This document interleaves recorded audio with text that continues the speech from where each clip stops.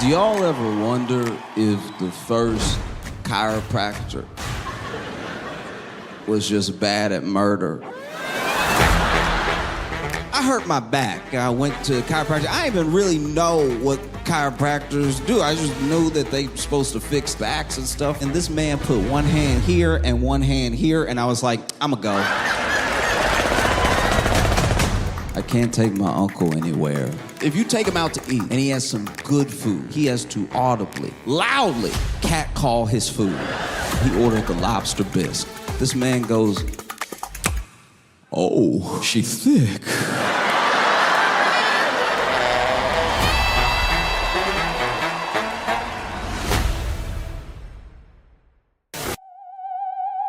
It's Josh Johnson in 3D! Ooh, I'm in 3D. Good popcorn. All right.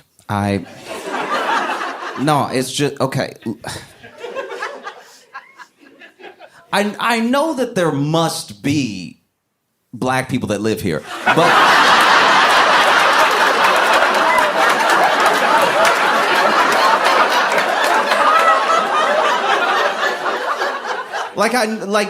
I looked up the stats and we're here. I don't know where. But sure, I was looking around today and I was like, surely.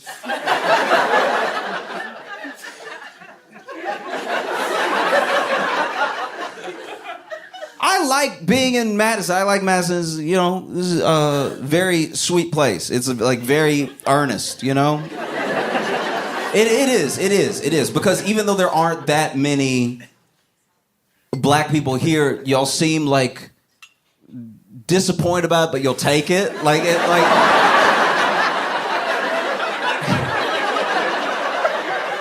No, it's just the way that I have seen people today and they smile at me. They smile like...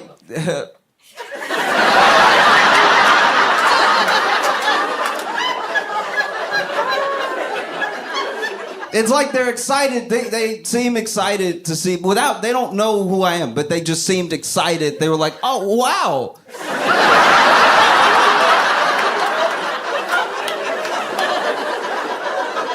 I don't know, look, I know this place is very liberal. I just don't always know how to feel around liberal white people because sometimes the excitement is almost too much. It's like...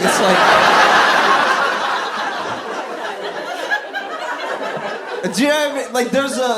I say, do you know what I mean? You wouldn't know what I mean. The excitement is almost a little over the top because it's like, oh, thank goodness you came. But then I'm like, why do you seem so surprised? I only have one gripe with Madison since I got here. I was leaving my hotel, so I got checked into my hotel. Everyone's so nice. Everyone really genuinely here is so sweet. I get there, I check in. They even let me check in early. They didn't charge me or anything. I walked in, and the woman at reception was like...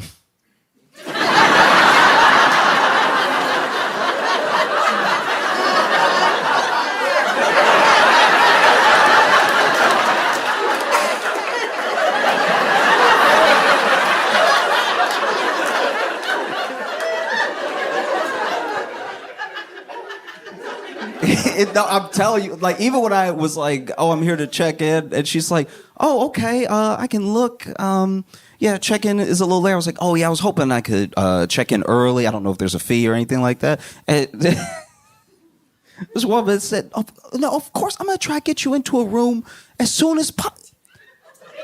It's the least I could do.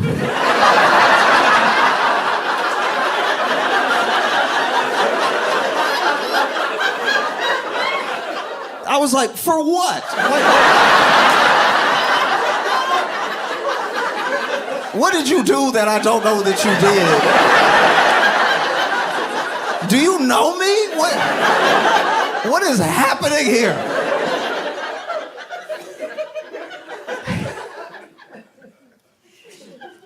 You know what it is, too? I think a lot of the liberal white people that I know have just read too much history, so they're like, ooh. Like, I swear that's it. It's just like, oh, oof, And then we made it worse. Okay,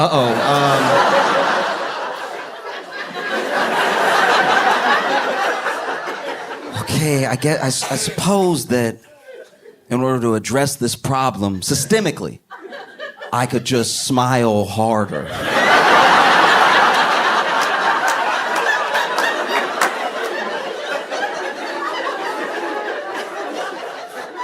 And so anyway, she gets me checked in my room, free of charge, very nice. This is a very, very sweet woman. And then I get to my room, unpack my stuff, and then I'm like, it's a little like stir crazy because I was on 2 planes. I had to fly twice this morning to get here when I wanted to get here to make sure I was here for this. And so I didn't sleep that well, but now I was like overtired. I didn't want to take a nap or anything. And I had just been in like 2 middle seats. I was like, I need to get out. I need to walk and stuff. And so I walk outside of the hotel room and I saw a man playing a harmonica. On its face, nothing wrong with it, right? It was just the way he was playing it.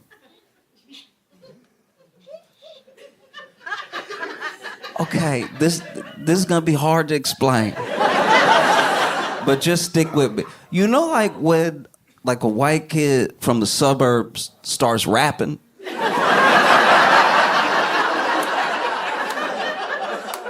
He was doing that with the harmonica. You know what I mean? This dude was very white. It's a nice day out. He was burning, right? He was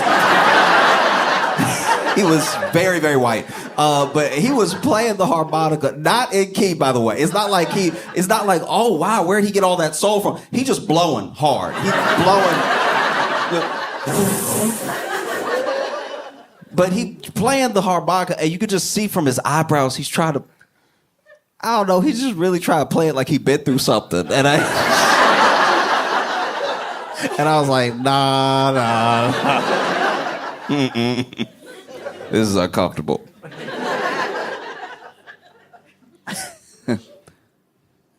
You can tell a lot about somebody by the way they eat fruit. I try not to judge people. Like first impressions are also difficult to shake, but they do not always give you like the full view of a person. Like we get this conflicting thing where we're taught that first impressions are really important, but we're also taught to not judge a book by its cover and everything. So it just leaves us in this place where it's like, okay, give everybody this second chance meeting sort of thing, right?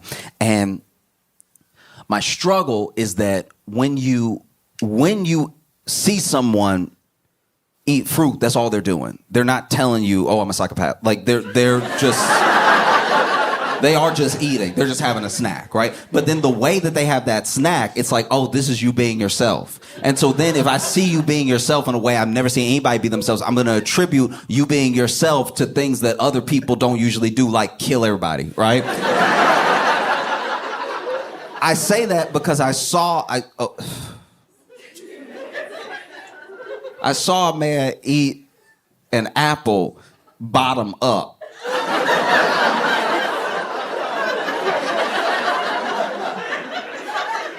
I've never seen something in my life so confusing and graphic at the same time. This man had an apple. He had an apple, and he was holding it like an apple, too. He was holding it like a regular, like the way you would present Snow White with an apple, he was holding an apple. Holding it stem up, bottom down, holding the apple.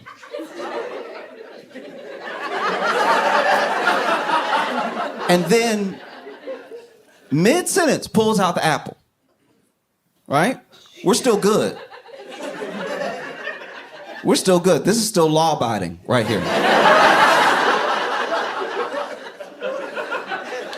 Mid-sentence, pulls out the apple, holds it up like this, but then still goes,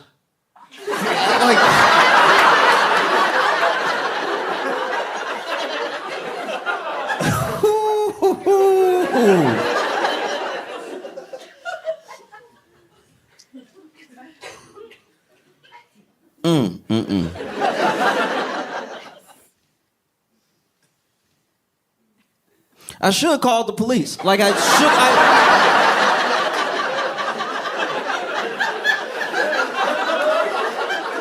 Do you know what I mean? Like these are the two opposite spectrums. It'll be like, all right.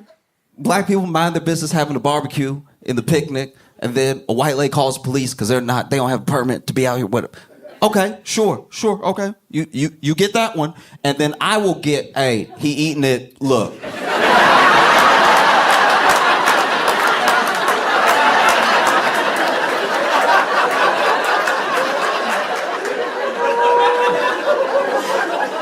No, you need to come down to see it.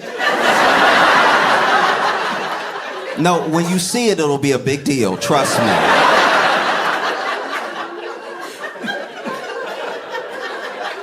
Trust me. Okay. All right. No, keep eating. They on the way.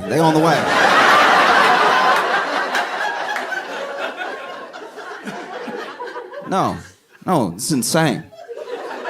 I couldn't look away, but I've never been more confused. You started with the word. I'm pretty sure you're not even supposed to eat the bottom of the apple. Cartoons don't eat the bottom of the apple. In a cartoon, they'll have the apple like a C, just none of the stem, none of the bottom. You went bottom first. You ate an apple by its knuckles first. I know you are out of your mind.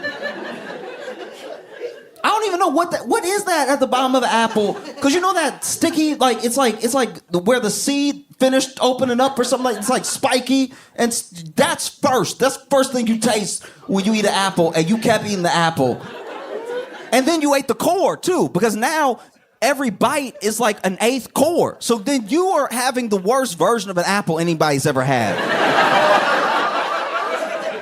It would be like if you watch someone cut a pie and eat it, and they also ate the tin that the pie...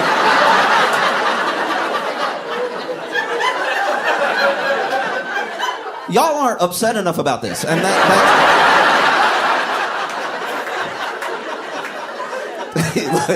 y'all gotta start making some decisions. You're either gonna have more black people in Madison, or you need to get more upset about what I'm talking about. I refuse to live in a world where y'all are over here. But then I tell you about this man eating an apple, and you're like, live and let live. Like that will not happen. I promise you.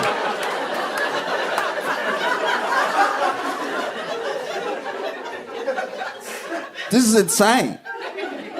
It was so crazy. It was at one point, this dude was eating the bottom of the apple, still holding it from its side, which can't be a comfortable position, because now you are eating an apple as a human the way a dog licks peanut butter out of a cup. Like, it's like, how are you even getting to the part you're trying to eat anymore? Also, why are you holding it over your head? Like, it's...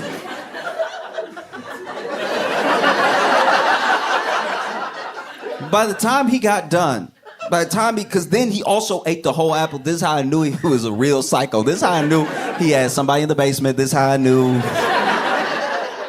that he worships the devil, something.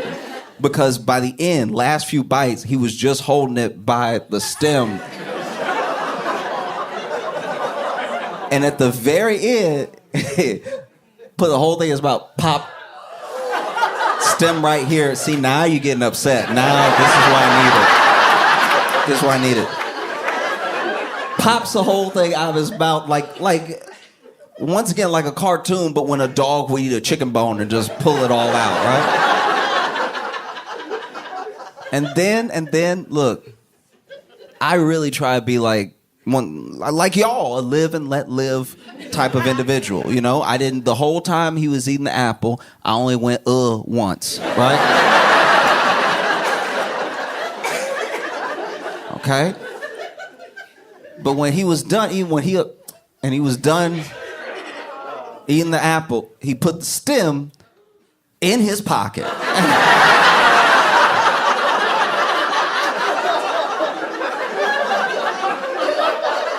I'm not proud of it. I'm not proud of it at all. But that was when I thought to myself, we clearly got to kill him. We clearly... Nobody else does this. What is the stem? Why are you collecting stems? That's witchcraft right there. That is... Hit him with a Bible. I bet he burned. I bet he burned every time. Put the stem in his pocket. Made me sick. And look, sometimes I can admit, sometimes I'm wrong. Sometimes I'm wrong. I don't know. I don't know everything. So I was sitting there, and having lunch with some friends. My friend pulled out a kiwi. I didn't know you could eat the skin. I didn't know you could eat the skin. They pulled out a kiwi and they bit it in the face.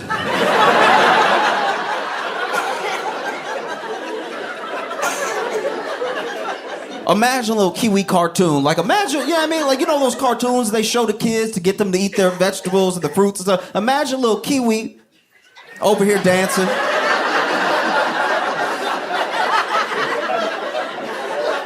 And then she come along, she pick up the kiwi, and it's like, ooh, you're about to get some vitamins, right? And then she bit across it. All I can imagine is that same cartoon kiwi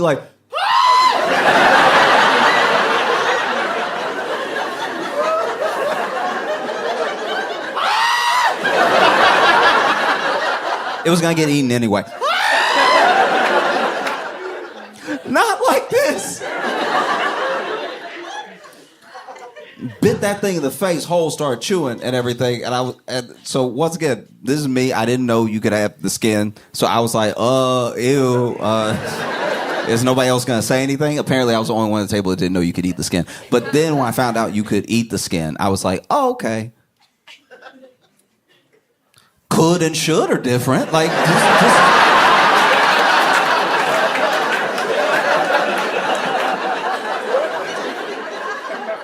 Bit this kiwi in the face, full skin, and you basically eating Velcro and kiwi.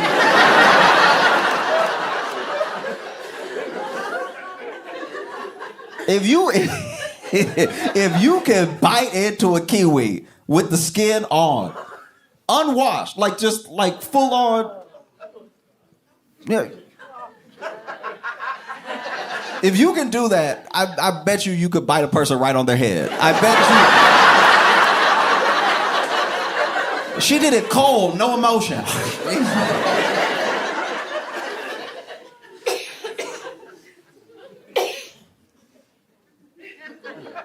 What are people doing out here? What are people doing? Ooh.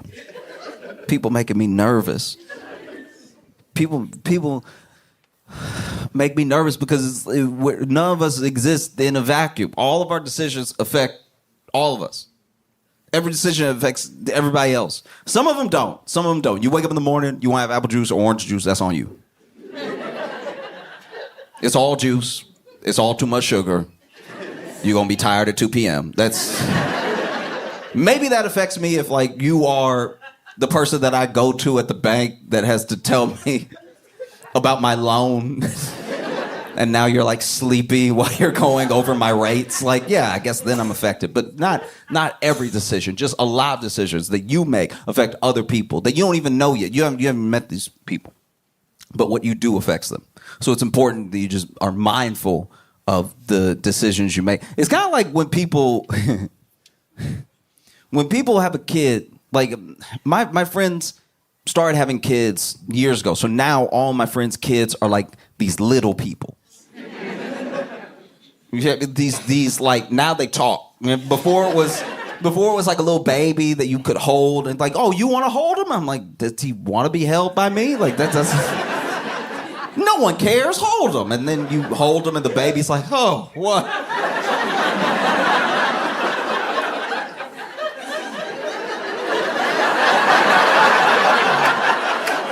like when babies give you that look that's like you are clearly no one I've met before, and I haven't processed extra people yet, so oof. And then because the baby's cute, you're bringing the baby up to your face, so you talking right to it, but you gotta think about aspect ratio. All right?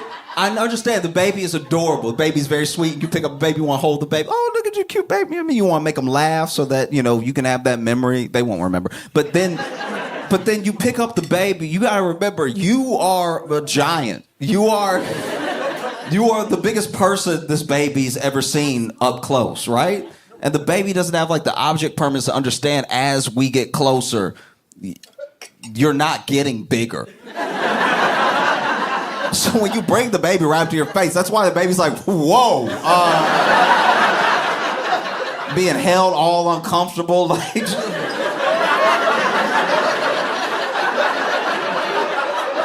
especially grandparents. Grandparents be out here picking the baby right up, kissing the baby. That was a light year that just passed by for that baby. The baby got picked. Whoa! Ow! And so the baby's doing the best they can, and then you put the baby down, falls asleep, if it had a bad experience, it doesn't even remember. It's not even like, oh, remember the time that giant came right at me? The baby never, that's not like a core memory for anybody. And so the baby, goes back to sleep and everything. Then a couple years go by, and within those years, this baby's like a little, now they know words, they've caught on to some of the words, and it's, too much. This is the thing I wish we could skip. The experience I'm having with my friends' kids right now is like too much. I think we should go from baby to like 22. Like we gotta skip a lot of this other stuff because now my friends' kids, I'll come over and my friends' kids are old enough to notice things about me and say them out loud that I'm insecure about, and they don't have any manners because they are before manners were invented. So then they just say it. They're just like, your ears are small, and it's like, that's okay. Wow. Yeah. I'll just take that to dinner with your parents. I'll just think about that for the rest of my life because you're a child, and it was so honest that it's definitely true.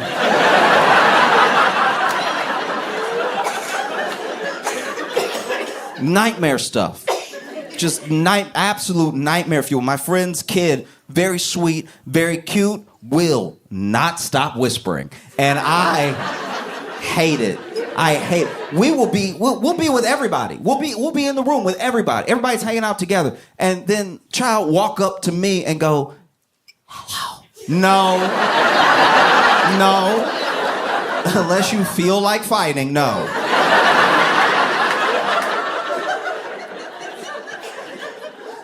And then they're over here doing whatever the parenting thing is to do now, where they don't tell their kid not to be creepy. So then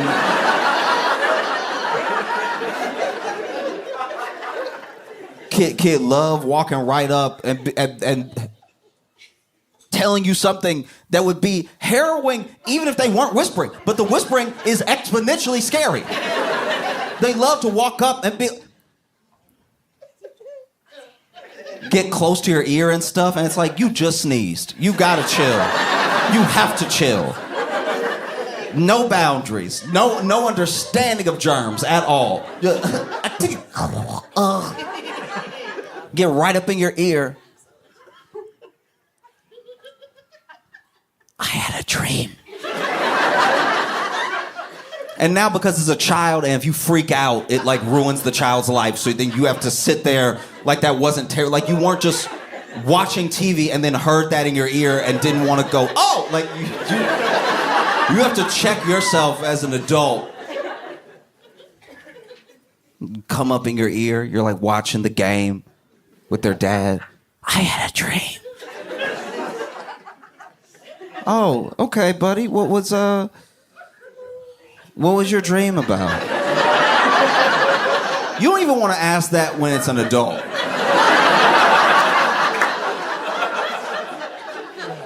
Yeah, bud. I want you to have confidence when you get older. So what was your dream about? What was the dream? I had a dream that you died.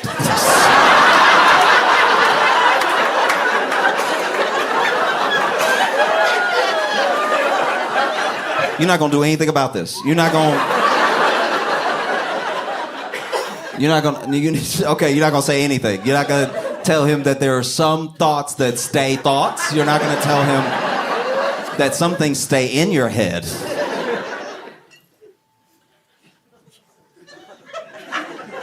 Terrifying, because then the way that people raise their kids does affect everybody.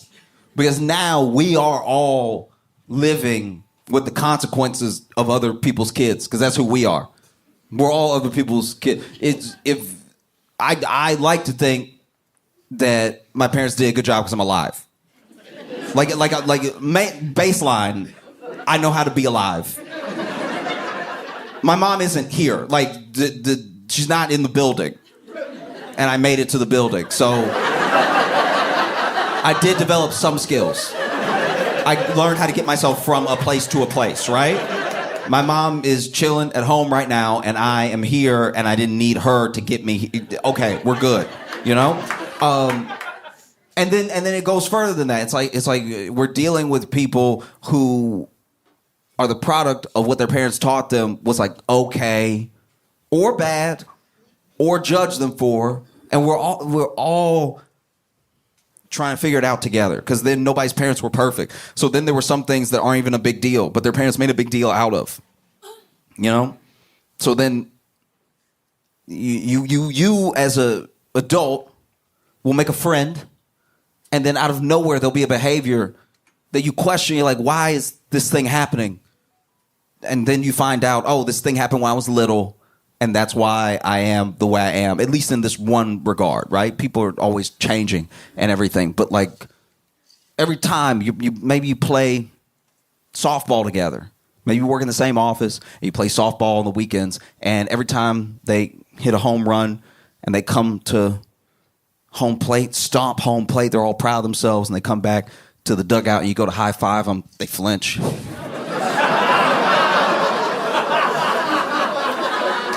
And you're like, okay, there's something to unpack there. That's unfortunate.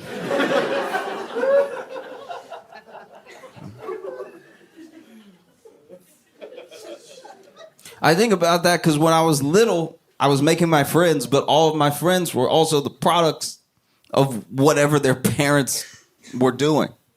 And so then I was over here just living my life and playing with my friends and everything. And then one day, I was wildly itchy. I was freaking out. I was like, this is crazy. And my mom lifted my shirt, and woof, it was bad. It was very bad. I had chicken pox. I had chicken pox because someone else was nasty. Do you know what I mean? I'm out here playing kickball, but they have chicken pox. They are over here.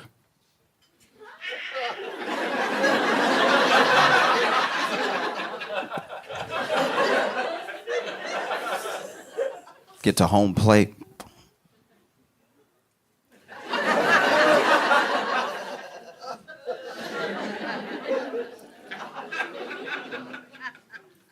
Get home, got chicken pox. Couldn't go to school, because my mom is a good person.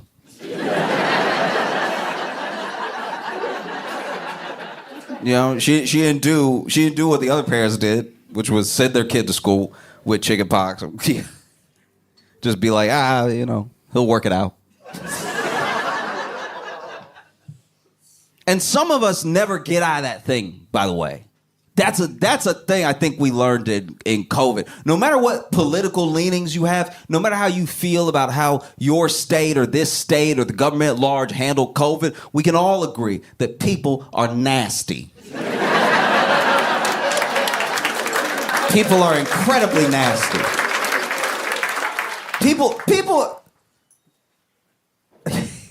People are so nasty. Sometimes you'll watch a person being nasty because you're like, all right, this is the best I can do right here. If I stare, that's the social cue to stop.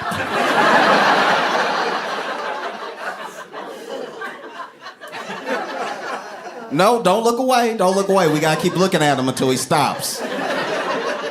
And some people just never signed that part of the social contract. They didn't initial it or anything. They see you staring and they're like, oh, it's a show. Okay.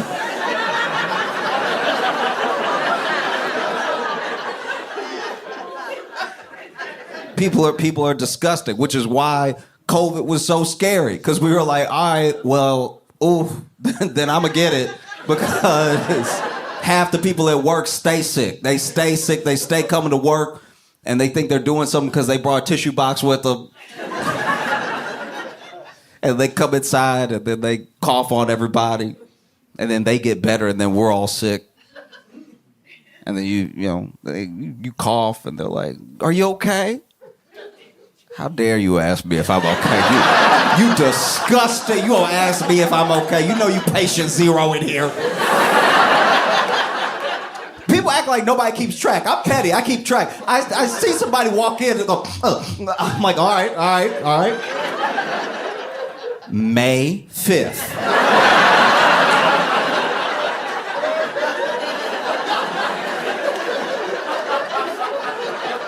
No, if you petty, you do your own contact tracing. You know?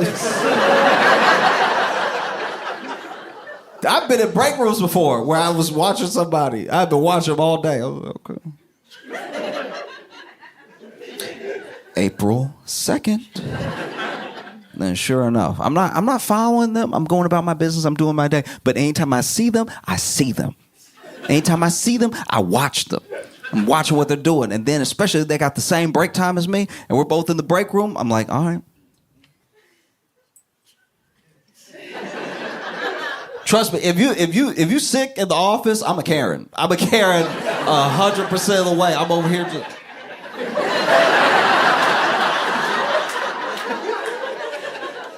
I'll literally be over here looking around the corner, see what you're touching. And not only, look, hey, when it comes to being sick in the office, not only am I a Karen, I'm a snitch too. Because then you go ahead and leave. I wrote April 2nd in my little notebook. And then somebody else come in to warm up their lunch from home. I'm like, don't touch, Deborah, just touch the microwave. Don't touch the microwave.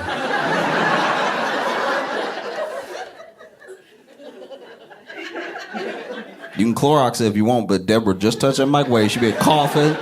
She been sneezing all day. All right, don't listen to me. No, ahead. Go ahead. Touch the buttons. Touch 3 minutes. Let's see what happens.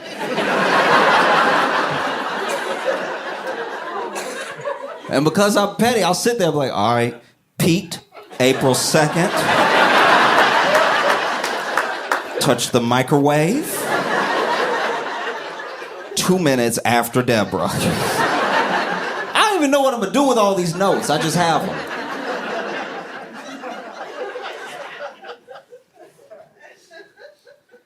I bring it up because there's a cruise we're all worried about.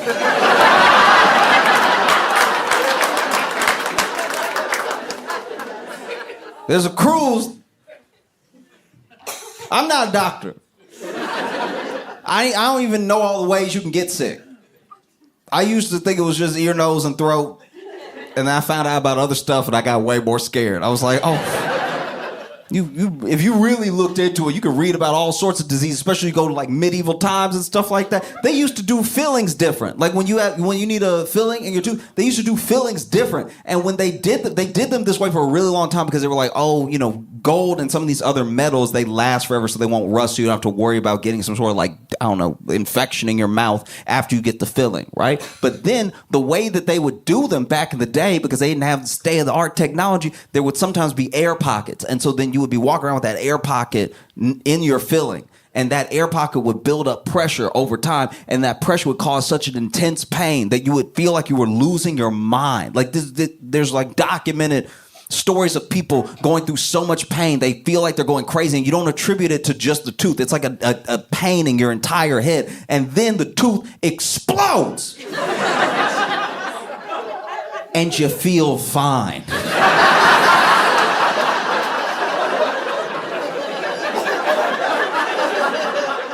That is one of the crazy. When I heard about that, I was losing my entire. When I heard that there were people, and multiple people, this happened to tons of people back in the day, where they would be going through this incredible pain, just like some of them weeks and weeks of pain, and then out of nowhere, their tooth would explode out of their mouth. They'd be like, "Oh, I can't take more. Ah, ow, ow, oh, my mouth hurt. Oh, bow." And then they went, "Huh."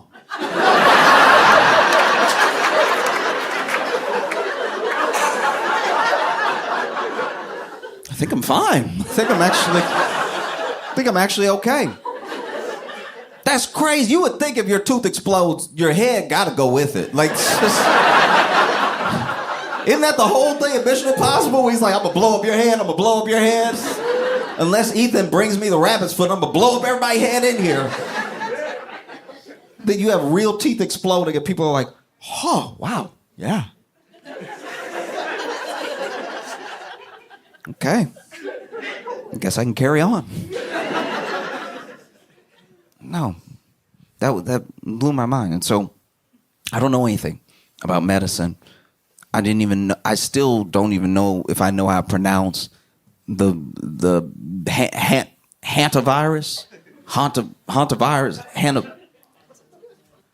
People are catching the Hannah Montana, all right?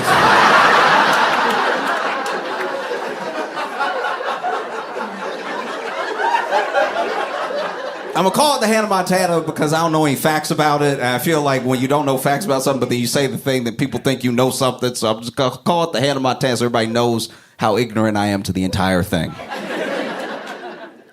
Now, I didn't even know what this was, but apparently you get it from rats, like all good plagues.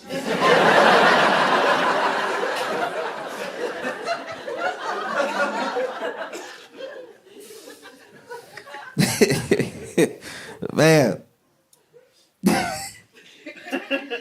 Yeah, apparently you get it from rats, and there was this couple that was in Argentina. This is all, look, so far, even with the way that we understand the story and the way that we're tracing it, is all a narrative that I'm not even sure what the source is from. We just know who got sick first, who passed away, and where they were beforehand. So this couple went bird watching in Argentina, and I guess one of the bird watching locations was a landfill.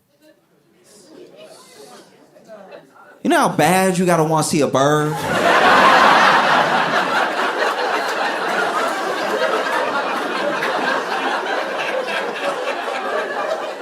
If I wanted to see a bird and somebody was like, "Oh, we gotta go to this landfill in Argentina," I'd be like, "All right, I'll Google it. Never mind."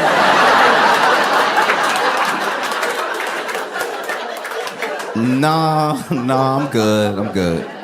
And so anyway, they go to this place, they do the bird watching, which also, I wonder if birds like being watched. Do you ever wonder if birds think we're perverts?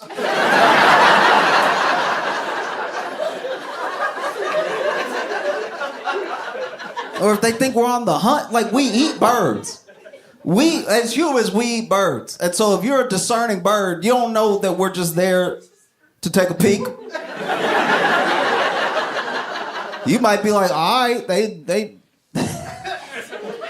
I don't know, they like chicken. And I'm a little chicken. I'm a tiny one that can fly. They might want some of this. I don't know.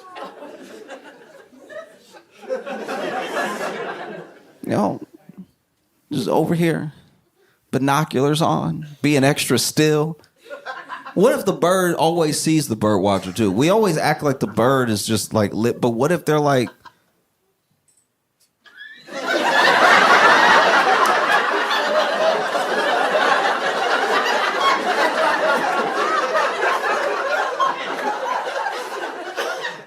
Is he?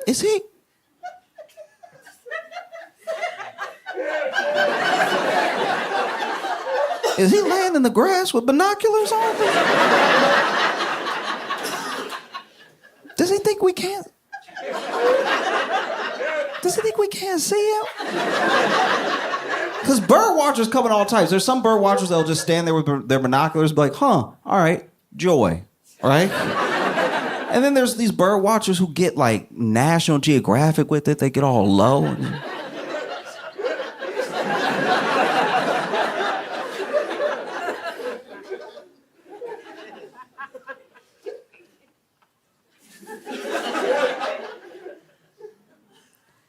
Yeah, I see you.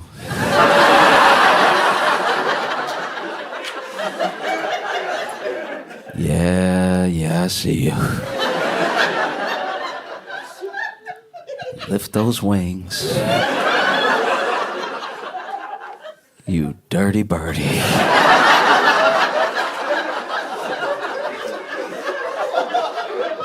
This bird just trying to go about his day. Sometimes a bird just lands somewhere. I feel like that's to just go ahead and get it over with the bird watcher. Sometimes the bird lands close and they're like, oh!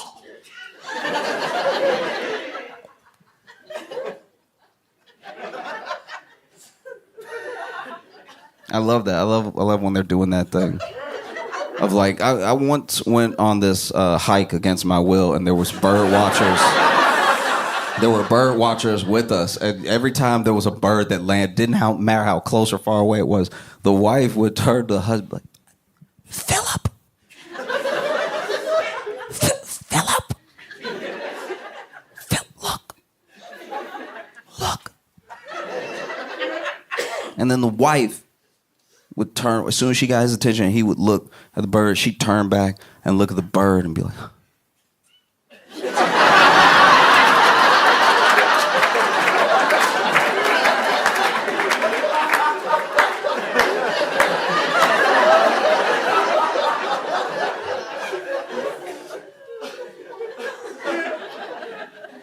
and so these bird watchers went to Argentina. They went to a landfill.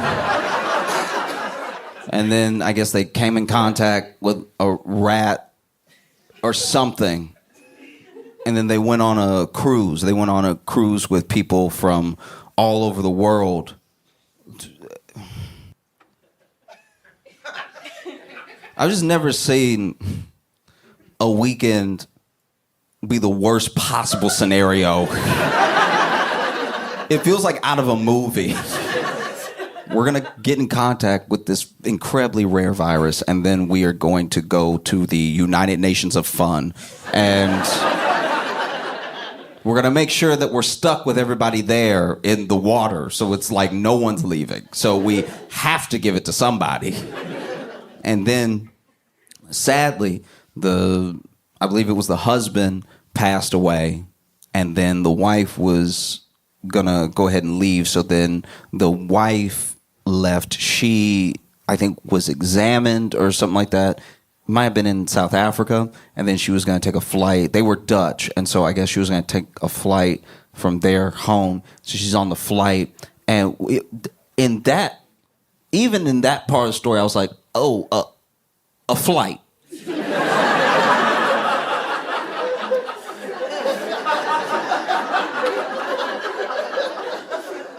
A flight. Please tell me she didn't have a middle seat. A flight. And so I was like, okay. And look, clearly, it's not like people got on the boat knowing what this was. Clearly, when people were on the boat, and even when they were trying to handle the situation, they didn't know exactly what this was. But then she fell ill quickly. Like, quickly, because he was 70, and I believe she was 69. And so then they're realizing, okay, people are getting sick on the boat, which is actually normal for a cruise. It's actually one of the most terrifying things about a cruise. It's like, hey, do you want to come be in a hotel where everybody can catch the same cough? We're going to be at sea, so there's nowhere to go. So if you know somebody's sick, you will get it, whatever it is. And so then they realized that people on the boat were getting sick, and then news got out to the rest of the world that wasn't on the boat. And we had to decide as people how we were going to behave.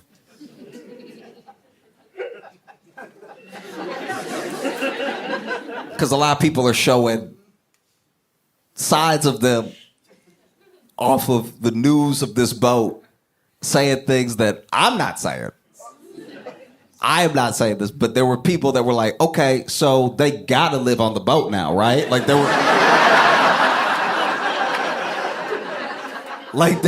were people who were like, because then obviously the people on the boat have their Wi-Fi and they're making TikToks and stuff like that, and some of them are getting play-by-plays about what's happening. They're like, just remember that we are that we're going through this thing too, and that we're human. We're not just a story and everything, which is reasonable. And then in the comments, there were people that were like, "Nah, you home? You."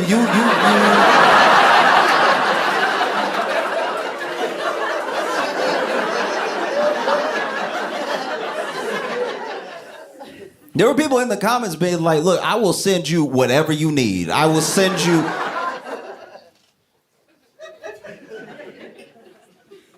And it doesn't help that the boat is full of people that are from all over the world. So this is immediately all over the world. Like if you think about it, if they were just like, hey, dock it and just let everybody go, that's the world. Because everybody's going back to almost all the countries, except maybe Argentina. I don't know. And that is terrifying, because we did not handle COVID well. And so to get a pandemic-wise, it feels a little like Spider-Man to me, where it's like, we don't need a reboot so soon.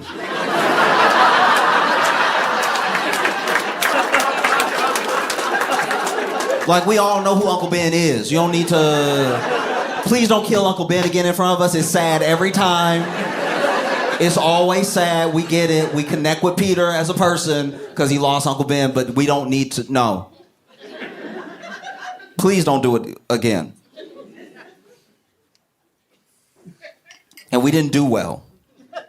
And you could even make the argument that we had better circumstances the last time. Obviously, we had horrible communication from like a government CDC level. We had horrible trust issues with every department of like government and science, and at the same time social was like creating a frenzy, because then you didn't know who was reporting facts and who was just saying stuff, or who was just saying what they think instead of waiting for like experts to come. And also the other thing is that science is hard. Like, science is difficult, so then science doesn't know right away. Like, if you actually talk to a scientist about a potential pandemic or about something really serious where a lot of people could get sick, a real scientist will tell you, I don't know yet. They won't have just answers for you right. That's someone telling you something that just acts like they know everything immediately. So that's how science works, which is unfortunate, because we like answers now. We would love to know now, you know. It's like, I feel bad for doctors, because in every case of a doctor trying to do their job, it's almost exactly like a UFC or a boxing match, where if you watch combat sports, I watch a lot of combat sports, and when you watch it, sometimes someone on one side will piece up the other person so effectively that even the referee is like, whew, we should bring the doctor in. And then the doctor checks you and goes, this person's still fit to fight, or this person's not fit to fight. So sometimes the fight it comes to a conclusion through a doctor's stoppage, right? So that's not considered a knockout. It's still considered a win because you did that to them. But it's not considered like you gave up or anything. It's a doctor stoppage. And if you were to ask a doctor before the fight started, the doctor would probably be like, y'all shouldn't do any of this.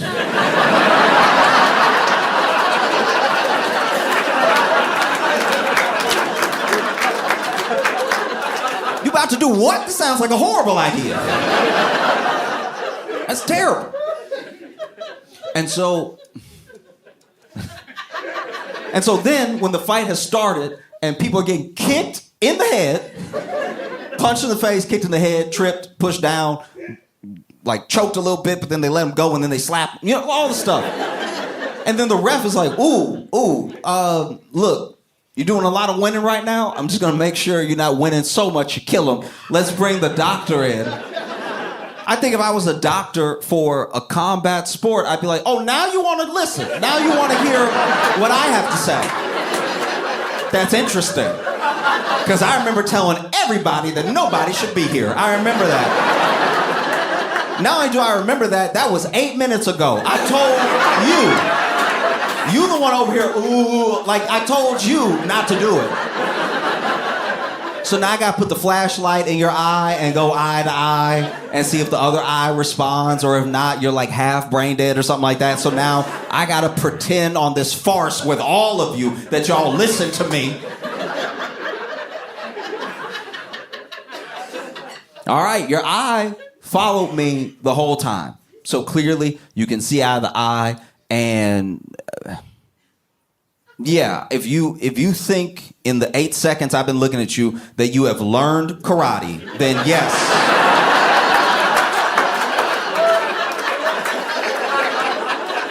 Yes, you're fit to fight. You're fit to continue to lose. And that's what this feels like, because it's like we might have another very big and bad thing on our hands. A lot of people, myself included, hope that it's not gonna be some huge ordeal. It just doesn't help the circumstances that we're in right now. We're not in fantastic circumstances, you know?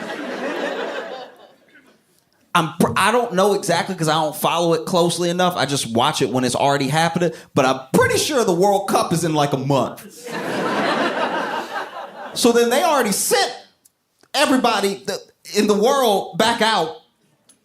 And then everybody in the world gonna come here.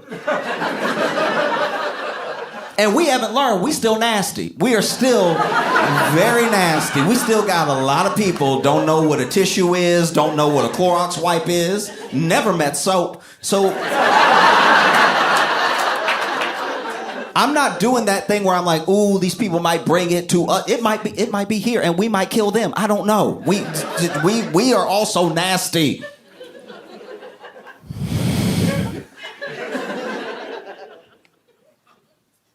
There are people here who eat apples bottom up.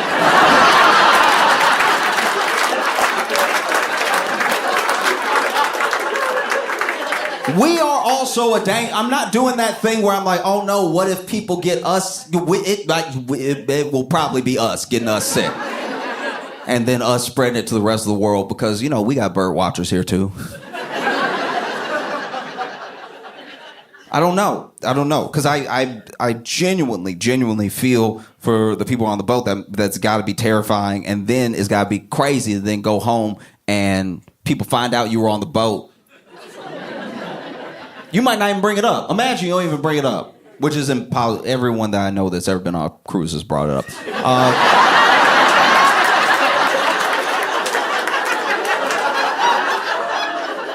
But imagine you don't even bring it up. You have the discernment, right? That you don't even bring it up. But then somebody like me, nosy, it's like, where were you May 3rd?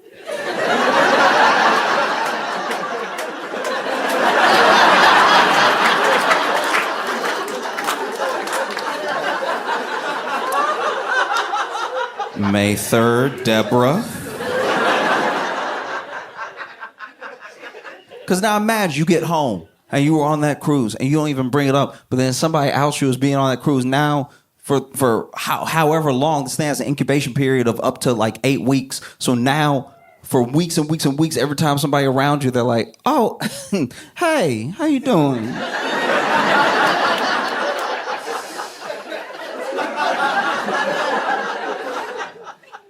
No, how you been? How you been? You good? No, you don't want to walk around being treated like a pariah. That's terrible too. And then we are in a very rough position right now because we already, as people, as a country, as individuals, we're already doing our best, scraping to get by in spite of everything that is happening, everything that is going on. We got a war we don't understand, and the tariffs we don't understand. We don't know much. But we are all affected by somebody's kid.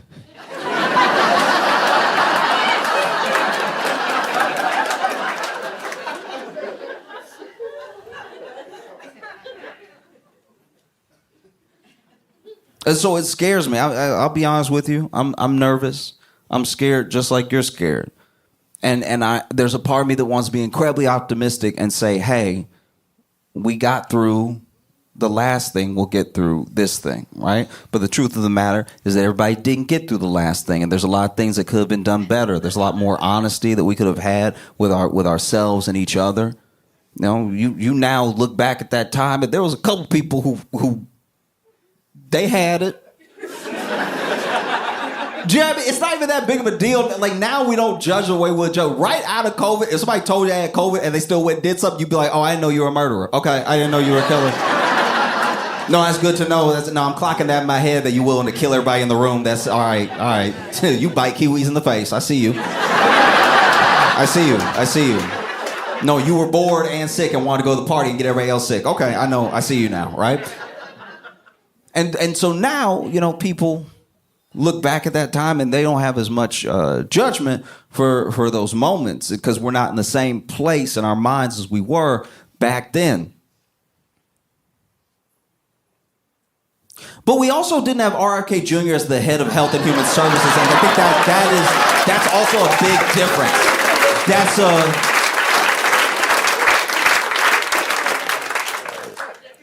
I mean, RFK Jr. out here looking like he's been training for this his whole life.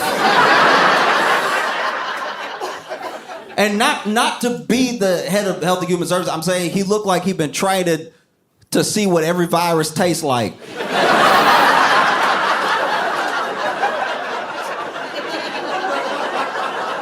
That dude make me so nervous sometimes. I feel every time I see him shake hands with somebody, I'm like, RFK Jr. May 8th. No, every time. This dude over here trying to get sick, drinking raw milk for no reason, chasing it with a sewage swim. I've never seen somebody so dedicated to sickness. They need to stop doing that cartoon Mucinex and put RFK Jr. in there.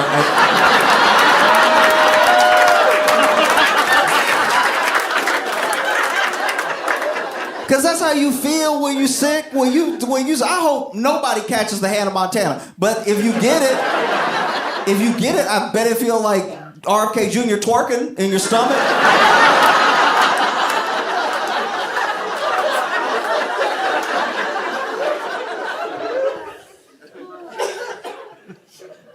Because I can't act like I know what to do here. I'm not going to pretend, and I can't tell you what to do. All I can say is please remember yourself and your neighbor. Remember, we got through one we didn't get through with everybody, which is a tragedy. It is. I would never disregard the fact that we've lost people that we didn't need to lose through failures that we should learn from. But please, just remember to take care of each other and to wash your hands. I'm begging you to wash it. As soon as you weren't thinking about COVID anymore, people just walk. I've seen so many men walk right out of the bathroom and I'm like, that's a killer. That's a murderer right there.